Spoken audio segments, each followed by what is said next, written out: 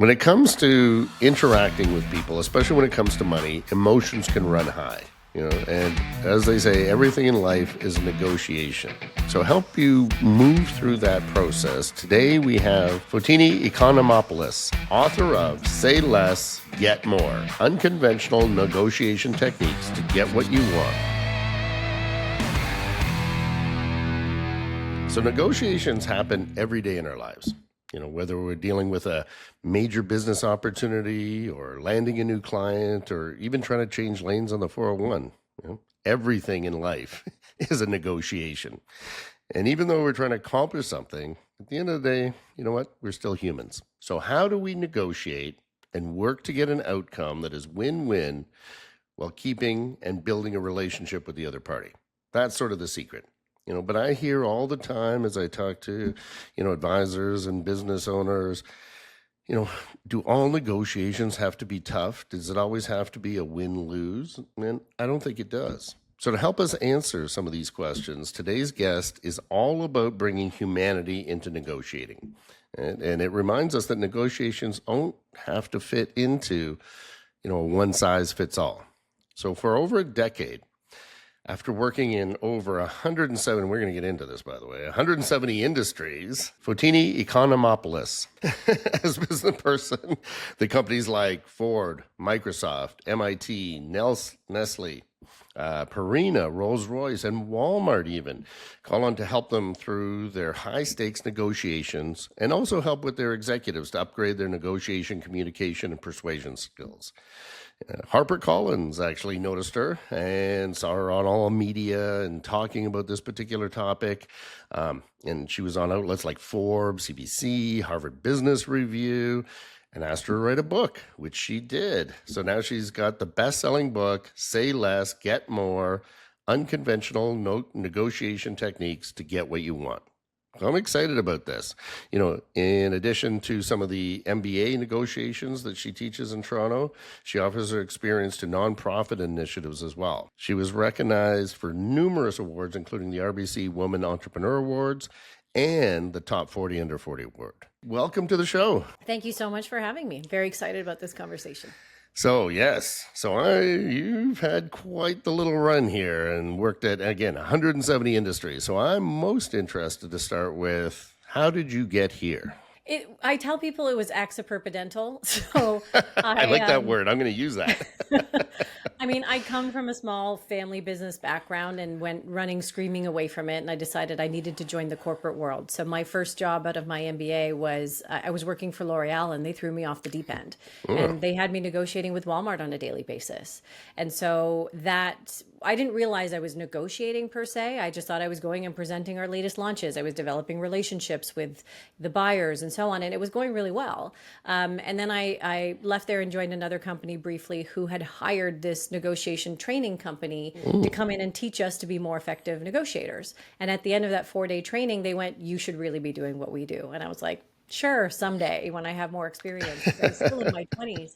And they went, "No, seriously, you should." And so I joined this global organization, and I started basically flying all over the world, working with everybody from junior account managers to the CEO of multi-billion-dollar organizations, training them on how to be more effective. And when that sort of evolved into, it's great that you trained our team, but we have 100 million on the line. What do we do? What do we say when these folks start breathing down our necks? And I started sitting in the war room with them and, scribbling things on whiteboards and role playing with them and doing all of this really fun stuff. It became this consulting practice within the business, so that when I left, my clients kept calling and going, "When are you going to come back and work with us?" And I said, "I don't work for the consulting firm anymore." And they said, No.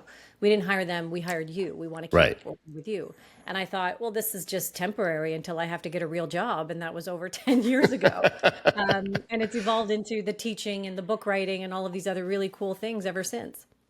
Wow, that's fantastic. And it sort of shows how things adapt. We have a lot of entrepreneurs on the show, and I'm always interested in the journey and how they get there. And it's usually something that starts as something a little innocuous, and you're like, "Oh, that seems interesting." And then it comes this, full-blown thing and full-blown career. What I find interesting is they say that everything in life is a negotiation. Everything you do is a negotiation. Now, is that true? Is that is now that as a professional you must see this? Oh, that's a negotiation. That's negotiation. And it comes out. So, how do you see that in everyday lives? I personally find it true because I think about what is the broad definition of negotiation, and it's just two people trying to reach an agreement. So when you're thinking about it, whether you're agreeing to change lanes on the highway, whether Right. you're agreeing to take your dog out to pee, whether you're agreeing on something fundamental like, who's going to do what tasks, these are all conversations that we're having. So anytime you're not telepathically on the same page, theoretically you're having a negotiation. And so negotiations aren't isolated to just giant boardroom scenarios like the ones I get paid the big bucks for. They Right. happen every single day around us with all of the people in our lives. Yeah. No. I think life is a negotiation to some point. Now, when people do think, and I know talking to listeners, they think of the old school tactics, being tough, being hard, as we say, stuff from the old FBI spy book of, trying to get people on your side, trying to have these tough negotiations. But, what I find refreshing is you have a different approach to this. So, tell me about your approach and how you've looked at negotiation that is different from this sort of old school mentality. I mean, I had to look at it differently because the old school way just didn't work coming out of the mouth of someone who looks like me. Right. And so the reason the old school worked the way it did wasn't because it was extremely effective tactics. It was just the person who was using them and who was getting applauded for them and who was writing bestsellers about them came with a significant amount of power. And so Right. when someone who's less powerful, because you don't belong to the dominant group, because there's a lot of bias there, because people look at you and go, you're going to tell me what to say and do. You have to find other measures. You have to find other tactics that are actually going to work for everybody. So the old school way worked because of privilege and the power that comes along with that. Today, you can't get away with all of that stuff either because we actually live in a very different world. We Right. live in a world where power comes from information and we have information at our fingertips. So you can be found out if you're bluffing and so on. These are the types of things we have to take into account today. So we really have to get more resourceful about relationships and finding those other sources of power. So, at the end of the day, negotiation doesn't really have to be, a zero sum game. It doesn't have to be somebody loses and somebody wins, like any argument, like any conflict. Why this mindset is common. Many in business think that's what you're supposed to do. So maybe give some examples of some alternatives of some of the things that you've learned over the years that can be applied to get out of that mindset, to really come to common ground, I guess. I mean, I have seen so many cool examples in my corporate life where previously everybody thought everything had to be about money. It's like you pay me this or I paid this much and then Right. that's it. That's the zero sum game mentality. And when you have that mentality, it's whatever I take, you lose, and whatever you take, I lose. But the second you shift to problem solving instead of the zero sum game, you are now operating in a completely different sphere of influence. Now you have people who are on board with you, who are people who are looking for other opportunities. Because in the previous world, there was only so much value to go around, and we had Right. to divide up the pie. And that's why it's like, I want to have more of that pie than you do.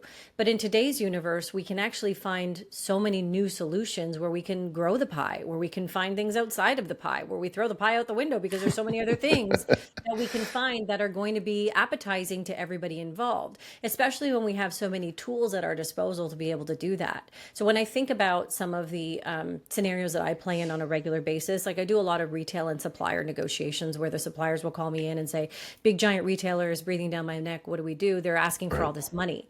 And we start going, well, how could we find more money? It's not going to come out of our bank account or theirs, but hey, we could create new programs. We could reorganize the store. We could do so many things that are going to make everybody a lot more money in the first place instead of scrapping over some smaller amount that the small-minded folks are thinking about. That's the old school way of handling things. And so most people that come out of my training sessions or my consulting sessions end up coming up with these amazing solutions where they're not being abused anymore for this zero sum game type of thing.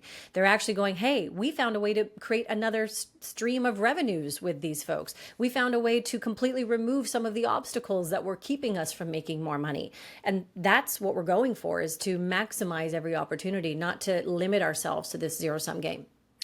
So I've heard this described as sort of the abundance mindset, not the, scarcity mindset. It's an Yeah. abundance mindset, is thinking about how can we just do more together, make it more of a partnership than a negotiation, I guess, to your point. And when you look at that and that sort of abundance mindset and what you're saying is problem solving, how do people apply that in their everyday lives? Like, to your point, conflict is even the dysfunctional family conflict is a negotiation at some times. But do you have any tips for people in that particular case? I mean, I think it comes down to tapping into empathy. Right. And so people confuse empathy with agreement. Just because I know where you're coming from doesn't mean I'm agreeing with everything that you say. Right. And so if you can understand, where is this person coming from? Where is this request coming from? Where is this mindset of scarcity coming from? Do they not know all of these other opportunities? Is it that their experience has been something different? Do they just not trust me yet? How can I figure out what is that limiting factor and then find ways to work around it? And so those are some of the things, whatever your scenarios are, whether it's, I use a lot of children's analogies at work. So one of my favorites is, thinking about a child who wants to do something silly like jump out of a tree. They're like, I want to be Superman. And you go, well, that's not going to work. This is a negotiation where maybe as the parent or the guardian, you have all of the power of authority to say, no, that's not going to fly. I'm going to lock you up in your bedroom. That also might get you a really bad temper tantrum, and it's not necessarily the outcome that we want. But if you can tap into where are they coming from, and you go, I understand it would be really cool to be able to fly. I also understand that you hate going to the hospital, and you definitely don't want to end up dealing with a broken leg that's not going to allow you to have fun with your friends all summer. So what can we do that will allow you to have fun with your friends and will give us some of that sensation of flying? Maybe we can go jump on the trampoline. Maybe we can do other things. But it's being able to tap into that empathy first that will allow that child who's about to have the temper tantrum with their shoulders getting uptight by their ears to just relax a little bit and start to breathe a little bit better. And you'll start to see they're coming around a lot easier because you can see the physical manifestation of it. But it really requires you, instead of just going into, I'm going to put down this rule and say this is not going to happen, I'm going to tap into that empathy and help them want to come along with me instead of trying to force them with me. Well, I guess, what you're saying is, and I've certainly, by experience seen this, ask a lot of questions as opposed to giving answers. And try to really understand where that person is coming from, whereas so often, to your point, somebody says something and you like literally just disagree, or you give them a whole bunch of reasons why they're wrong or they should think this, as opposed to, I think that what you're saying is understand people, to your point, empathize. What are they really trying to accomplish? And sometimes it's very different from what you assumed it was. Or, as I said, we also have a tendency as human beings to become very defensive as opposed to understanding. So we want to prove our points beyond a shadow of a doubt, as opposed to maybe the point you're proving isn't the one that they really care about. And that certainly can happen. Yeah, I mean, there's a number of reasons why I call the book Say Less, Get More. It's because asking those questions and taking a moment to think about where are they coming from, what is the solution that's going to actually work best for us, that requires a moment of saying less and really listening to what it is that they're saying. I love it. I think it should be society's new norm, but maybe the more we promote your book, the more we will get that message out there. I love it. So if we're all about answering questions, and you've now have great experience in all kinds of questions, do you have one of the most underrated question that people don't ask that they should? Oh, I've never been asked that question. Is there a go-to question? I mean, it would be something for me. It would be really simple, like, how would that change things? Oh, I like that. I just feel like that opens up a huge number of avenues, and you can follow any one of them to get you to a solution. How would that change things? They could be talking about their feelings. They could be talking about outcomes. They could be talking about immediate, short-term, long-term, any type of change that's going to happen. And now that's information that you can use to your advantage to figure out, well, what's the best route for us to get to our final destination? No, I like that. I like that a lot. I know one that I personally use a lot is at the end of every interaction, and almost with anyone, I always ask, how can I help you be more successful? What would I be able to contribute that would help you get to what you want to do or achieve this scenario that we've talked about or just be more successful? And I found that some of the answers that come out were completely, different from what my assumptions were, but also in a lot of cases, it wasn't even close to what we were talking about in the first place. It was something that came out of left field. So that tends to, elicit a different type of response. Because again, most people are somewhat standoffish, or not most people, but some people are. And that sort of drops that guard and gets them to talk about something different. I mean, what that question actually does is it gives you an immediate next step too. It forces everybody into action instead of just sitting here in a stalemate. Right. Yeah, that's true. And as I said, and I've got some very interesting answers that sort of, dissipated any kind of conflict that there was right away. Say, I'm only here for one reason, is to make you more successful. So what would that look like? And many times it's hard to even define what that success is. And you're also tapping into this level of empathy. People feel heard. When you're saying, how can I help you? You're like, oh, that it's about me now. He cares about what I have to say or think or do. Now, all of a sudden, people feel more open. They get a little bit less defensive, and they might actually feel more open to letting you in. But also, more importantly, this taps into something that we call the social reciprocity. So people feel compelled. We mirror each other naturally. So Right. when you offer to help, I feel compelled, like, I guess I should offer to help because now we're in this social norm of this is what we've been taught to do. So you actually can start a really lovely trend by doing that. Yeah, actually, you make a good. Yeah, it's probably happened now that I think back on it. So now you come to, one of the principles of the art of war is know thyself and know thy enemy. So how important is self-awareness in negotiating? I've Oh seen my some of God. your pieces, and this is some of the challenge, our own blind spots and such. How would you help people through understanding themselves so they can be better negotiators? Yeah, I mean that empathy is just as important for yourself as it is for someone else. Like, where are you coming from? Where are Right. your patterns of behavior coming from? Is this a reaction to some history that you have with someone else and you're actually projecting that onto the person in front of you? Can you stop what I call that autopilot mode? Because we tend to go into this autopilot mode when we're in this fight or flight response. And anytime we're in a scenario that requires some level of conflict, and that's what negotiation is, the conflict can be better or worse in some scenarios, you go into a natural fight or flight mode. And that makes you go into the autopilot where you just Right. depend on what my brain is used to, where my brain has gone before. My whole philosophy is this say less moment to make you go, what does this moment need in front of me right now, as opposed to going into autopilot mode? So the more aware you become of your triggers, of your history, of your past, of your feelings, the easier it is to override that autopilot and choose the best responses for the moment.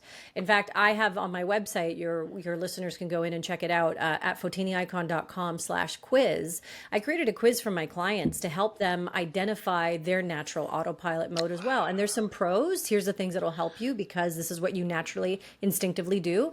And here are some of the watch outs that you need to be aware of now that you know that this is where you naturally go. We're all adults. We're all capable of choosing our next move, but it requires that self-awareness to get over the autopilot mode and actually choose the next best move. Right. And I think that's as sound advice as you're going to get. Like there are so many things that are just hard programmed into our brains, and we don't even realize we're doing them anymore.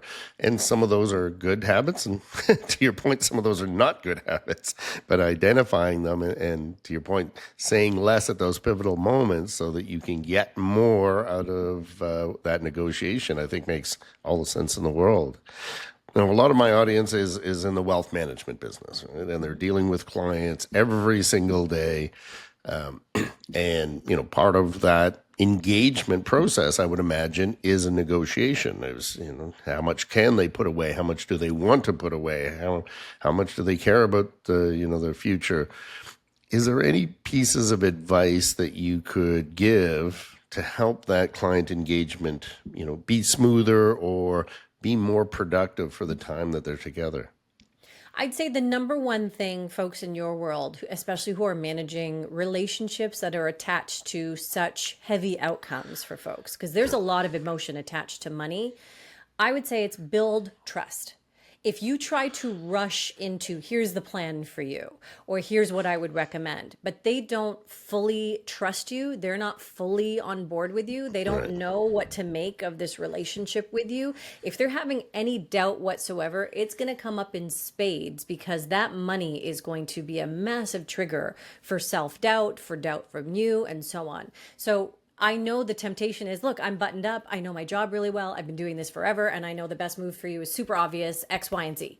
But you gotta let them get there with you. So building up that trust, building up that momentum to make them go, oh yes, this totally does make sense for me. And now I do want to follow through on it. And I do want to follow your advice. But we rush to get to the proposal of here's the plan Right. before we do that positioning of here's why you should want to listen to me. It's because I've listened to everything that you've said. It's because I've heard some of your concerns. It's because I have a record of helping people get to the same objectives that you want to get to. Have you established that positioning of for yourself? I call it that power positioning. It's charging your battery, the way you would Right. charge a phone. Right? You don't walk out of the house without charging your battery first, because how are you going to use Google Maps? How are you going to call your Uber or whatever you need to do?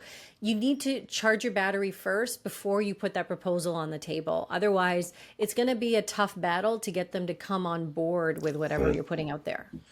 Well, I think that, all real relationships and interactions are based around that trust, based around that mutual understanding. But to your point, as a professional, you need that credibility. You need that certain status of expertise before people are willing to take your advice. Again, as something as personal as money, because it means something different to everybody.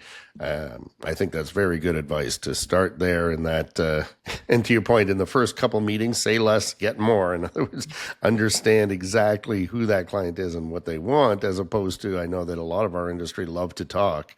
And what they talk about is A, themselves, and B, whatever their magical investments formula or whatever they're doing that.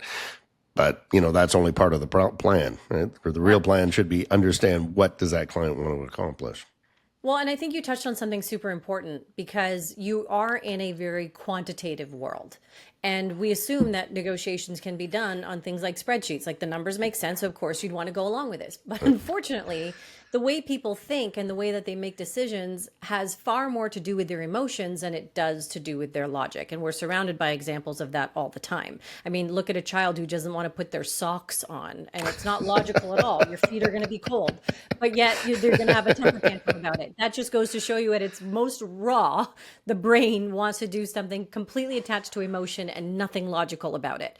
So if you're going in there and you're just talking about credentials and you're just talking about the quantitative outcomes of said things, you may not be hitting the mark with that individual. You need to tap into that emotional component, that empathy piece of the whole thing. It's not just the credibility. That's part of what charges your battery.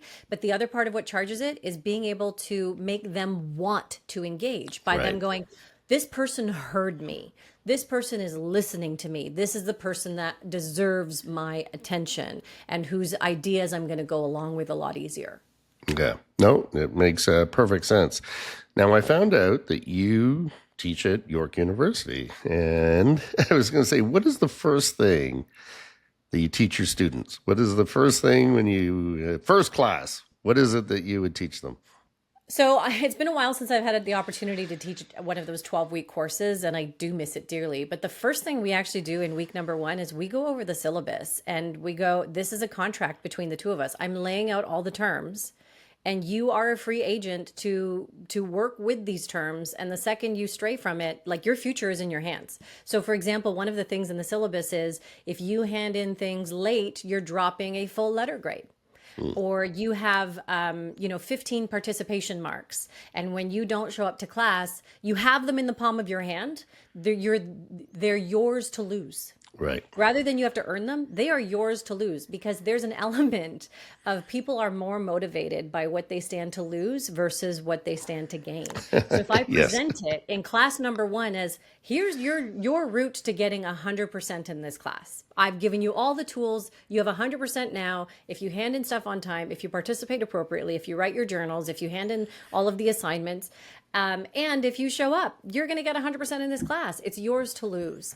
That really does set such a unique tone for the rest of the semester, so that if something is coming up and they go, hey, the syllabus says this, I'm running into these issues at home or with work and so on, what can I do to work around it? They're actually coming to me proactively with solutions, Right. versus waiting around for some kind of penalty. And if there is a penalty and if they do lose the mark, I can go back and say, well, remember what I told you in the very first class?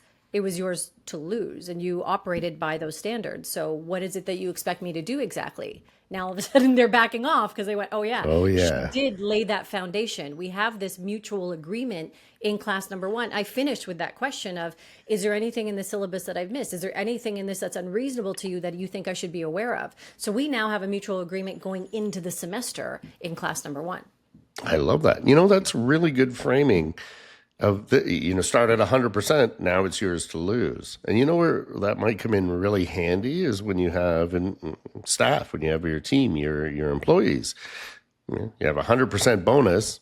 This is how you have to achieve it. Now it's yours to lose over the year. And to your point, then they are coming to you to tell you why this isn't happening or that's not happening, or as opposed to, what is hard in management is telling people what to do and they may or may not do it in that certain way.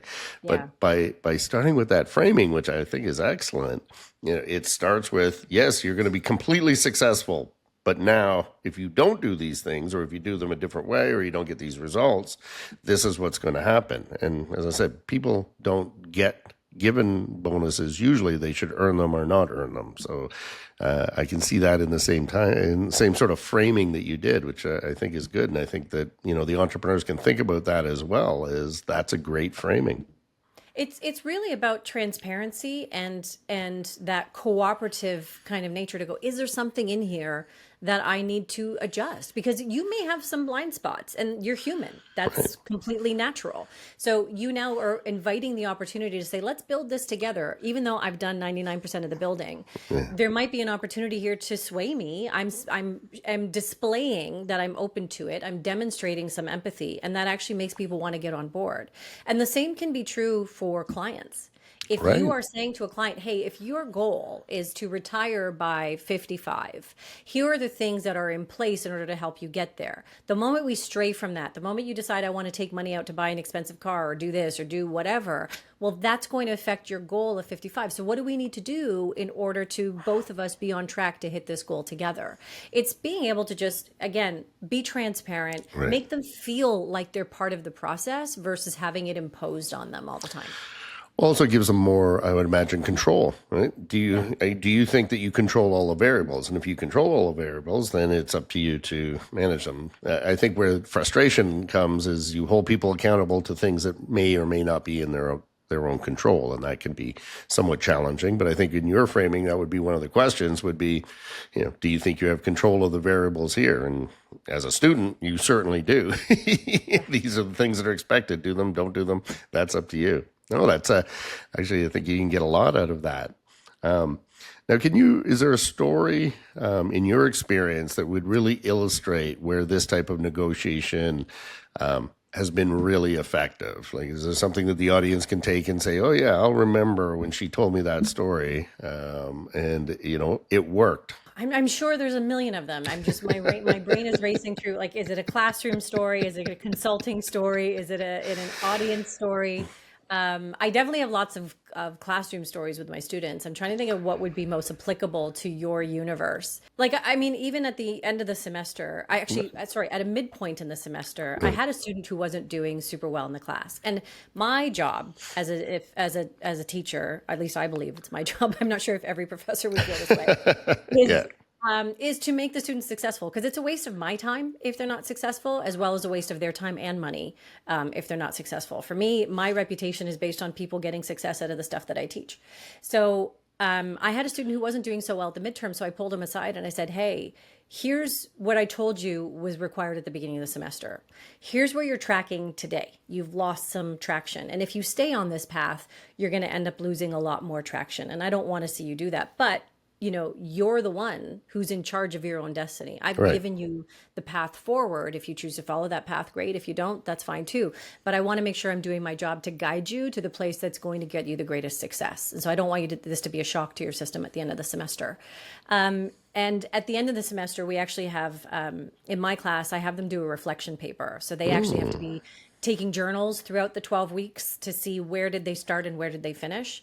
And he even mentioned that moment in the reflection paper to say, like, I chose in that moment to apply myself a little bit differently and to start applying some of the lessons in a different way. And so that for me was a wonderful reflection of, hey, I gave them the path at the beginning. We caught up in the middle so that he didn't go completely off the cliff.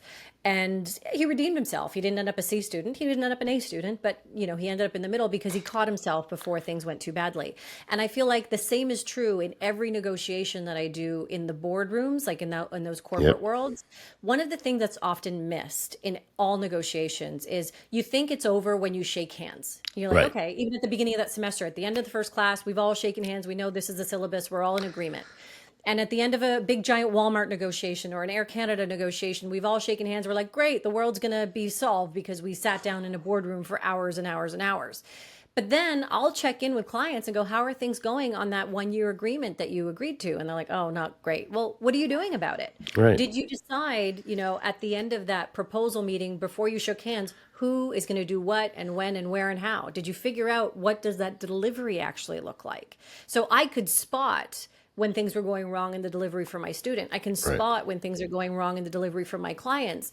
And we have actually, with the corporate world, we've started working with clients to go, okay, what are those check marks going to be along the way to make sure that we're following through on what we said we were going to do at that proposal making stage? Right. Who is doing what? What are the milestones we need to look for? And are we hitting those marks, or does it look like we're going to fall off the cliff just like my student did? And so it's really that, have you imagined what that delivery and follow-up looks like? Do you understand what success or lack of success looks like during the implementation Right. of whatever it is we're talking about? Because it's not enough to go, I got them to shake hands with me. Congratulations, Good. you just completed step one of the negotiation process. Absolutely. And I see that. And then sometimes that's exactly what happens. They think, oh, no, we have a deal. But to your point, there's so much work afterwards to make sure that actually everybody does what they say they're going to do. And that gets back to trust and credibility is, do you do what you say you're going to do? And does everybody do that? And to your point, is it a systemized process, or is just assume that everybody does the right thing? And if it goes off the rails, what is it we're going to do about it? So I think that's pretty good advice. I Now, mean, I can actually think of a real life oh, example good. that I love that those. is even better than the last one. So I get called in for these Walmart negotiations all the time, where clients, suppliers are negotiating with Walmart, and they do these annual type. It works like this in most retailers, where they do these annual negotiations. And I said, okay, so tell me what you negotiated last year. And it's usually, okay, well, we agreed if we grow the business X%, then we will pay them X dollars. And so I said, all right, so last year, what was the agreement? And they said X% and X dollars. And then my next question is always, did you get there? How did the year turn out? Oh, no, we didn't get anywhere close to it. Well, why didn't it turn out that way? And we Yeah, have to why? look back in time and go, Right. what were the mistakes that happened so that we can prevent those mistakes from happening this time? It's that delivery and follow up. Because if you agreed in that moment to those percentages and those dollars, then and nothing happens that actually gets activated on those hours you spent in the boardroom were a complete waste of time Right. that could have been growing your business in a different way. And so that's when we said, okay, well, here's going to be what the route to success looks like. How do we get them on board every single quarter or every single month? How do we make sure that we're tracking to this? And we started negotiating check-ins. We started negotiating, you'll get money at a certain drip rate over the course of the year. And that created additional incentives for the other party so that they had a much better outcome where they stuck much closer to the agreement the year that I helped them with that negotiation versus the year that we were looking into the past, doing my research on how do we make them successful in the future. Right.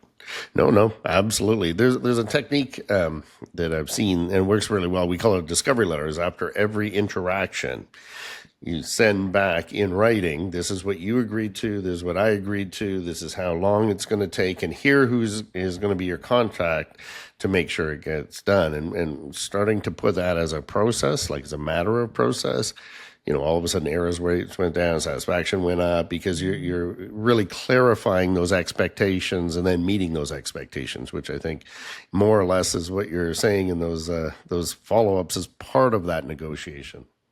Absolutely. So you wrote this great book, Say Less, Get More. Tell us about what your motivation was, other than the publisher said this would be a good idea. And, why would the audience read it? Well, I mean, I asked HarperCollins that exact question. I said, I'm flattered, but why another negotiation book? Because I've read a zillion of them. And their answer was simply that they said, we think you have a voice that people need to hear. And, and I think that's sound advice, is that we need to get advice from different voices. We Right. need to hear from different perspectives. And my perspective was one where I was taking the advice that was being given to me by people who didn't look and sound like me, by people who came to the table with a lot more power inherently than I had, and it wasn't working. Right. And so I had to work really hard to build up power, because I was sitting at a different starting point than my peers. I was working for an organization that was full of men who were 10 to 15 years older than me, who could walk into a room and had the power and the credibility and all the stuff that I had to fight to get. Right. So I always tell people, look, if it worked for me, then it's going to work for you. But if it worked for someone who comes in with more power, it may not necessarily work for you. Sure. So my mission was to find something that was going to work for the lowest common denominator, for those moments where you feel the least confident, where you go, I don't know how this is going to work. I don't know how they're going to inherently just go along with what I have to say. There's something in the book that will help you build up your power and find the mindset and the confidence and the actual communication skills that will get you a little bit further than some of the potentially more traditional books that were out there a long time ago. There's some other really phenomenal books that are coming out in recent years. It's based in neuroscience. We do things based on studies now, not just based on personal experience. Right. We have a lot of case studies from my clients, from my students, and so on. So there is anecdotal stuff, which storytelling is a much more entertaining way to learn. So there's elements of that as well. But it's based on science, and it's based on not just academia, but what works in those corporate and personal environments as well. So we've tried to find a mix of everything that's going to work, from modalities and learning, as well as experiences that are applicable to everybody, as opposed to just one group of the population. See, I love it. Everyone should read it. So especially in the wealth management business, I think that's where everyone should say less and get more. Absolutely. Because more means a lot more dollars for everybody A involved. whole lot more, and more, again, an abundance mindset that I always promoting. So I don't know if you know the show, but at this time I do 3 rapid fire questions, so that I'm going to ask you a question, and it's the first thing that pops into your head. All right. So first of all, what is the best piece of advice that you've ever received? When I was writing my very first proposal and I was starting my business, I didn't know what to do. And I put a call out to friends on Facebook, and one of my friends said, whatever you're about to charge, double it. And it was exactly the right advice. I love that. I'm going to do that from now. Let's see. Now, other than your own book, what's the best book you've ever read and that you would recommend to others? Oh, there's so many. That's a really tough one. I think the one that has been most influential on me was a book by Robert Cialdini. He's like the godfather of all things influence and persuasion. He wrote a book, I think, in the 1980s called Influence. Oh, actually, I read that. Yeah, I know that book. Yeah, that's a similar to, great like, book. Dale Carnegie, how to influence people. I just feel like that is full of stuff that I continue to share with my audiences today. Good. Everyone should read that. And my last question is, how do you want to be remembered? I want to be remembered as someone who helps people. I believe that based on all the things that you're doing, that you're going to be remembered that way. So this is great. So if I had to summarize what I've learned today, I've learned all about that it's not about hardcore negotiation. It's really about understanding the other side and really also understanding what is the problem that needs to be solved. It's not always a win-lose. Sometimes it's how can we both win and have this sort of abundance type of mindset as you go into it. That everyone is different, that you, in terms of negotiation, you just have to think of the motto, say less, get more. Really try to understand the other side and what they're trying to accomplish, as opposed to just having a set stance when you go in.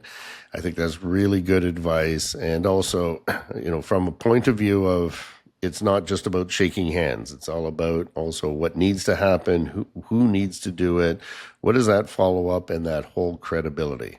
I think I've learned a lot in the last 40 minutes. Anything that you would like to add for the audience?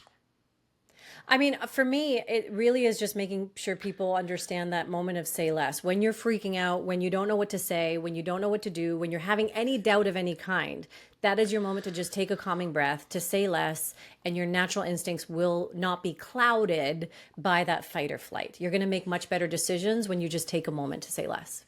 Thank you so much. Fotini Iconomopoulos, author of Say Less, Get More, Unconventional Negotiation Techniques to Get What You Want. Thank you so much for being part of the show. Thank you so much for having me. I can't wait to hear what your audience gets out of it. I think they will love it.